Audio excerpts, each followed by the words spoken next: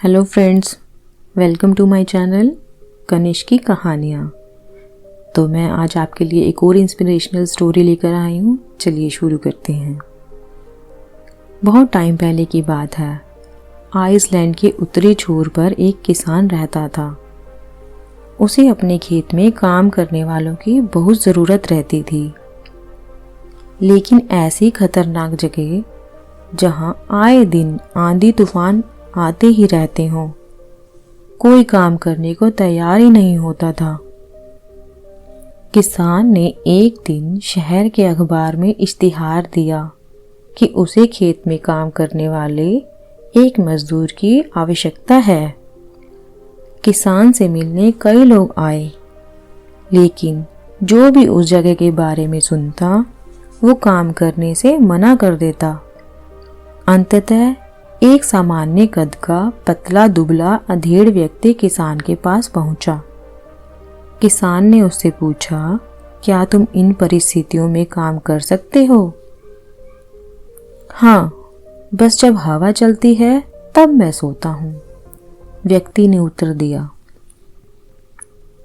किसान को उसका उत्तर थोड़ा अजीब लगा, लेकिन उसे कोई और काम करने वाला व्यक्ति नहीं मिल रहा था, इसलिए उसने व्यक्ति को काम पर रख लिया। मजदूर मेहनती निकला। वह सुबह से शाम तक खेतों में मेहनत करता।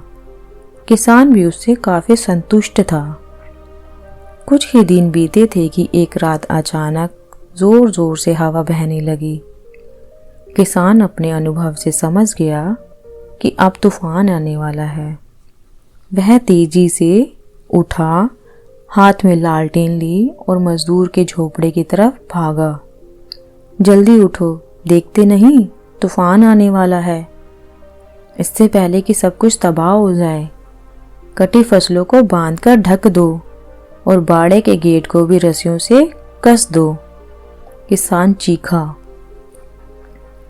परंतु मजदूर बड़े आराम से पलटा और बोला, नहीं जनाब, मैंने आपसे पहले ही कहा था, जब हवा चलती है मैं तो सोता हूँ।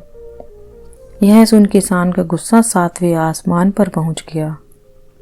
जी में आया कि उस मजदूर को गोली मार दे, पर अभी वो आने वाले तूफान से चीजों को बचाने के लिए भागा। किसान खेत में पहुंचा और उसकी आंखें आश्चर्य से खुली रह गई। फसल की गांठें अच्छे से बंधी हुई थी और तिरपाल से ढकी भी थी। उसकी गायें बैल सुरक्षित बंधे हुए थे। मुर्गियां भी अपने दबड़ों में थी। बाड़े का दरवाजा भी मजबूती से बंधा हुआ था। सारी चीजें बिल्कुल व्यवस्थित थी। नुकसान होने की कोई संभावना ही नहीं बची।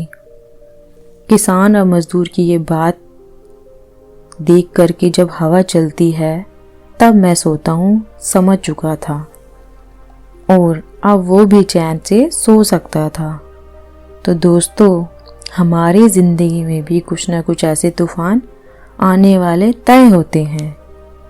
ज़रूरत इस बात की है कि हम सब उस मजदूर की तरह पहले से ही तैयारी करके रखें, ताकि मुसीबत आने पर हम भी चैन से सो सकें। जैसा कि यदि कोई विद्यार्थी है तो वह शुरू से पढ़ाई करे और परीक्षा के समय वह आराम से रह सके, और हर महीने बचत करने वाला व्यक्ति पैसे की ज़रूरत पड़ने पर निश्चित रह सकता है। और भी ऐसे कई एग्जाम्पल्स हैं। तो चलिए फ्रेंड्स, हम भी कुछ ऐसा करते हैं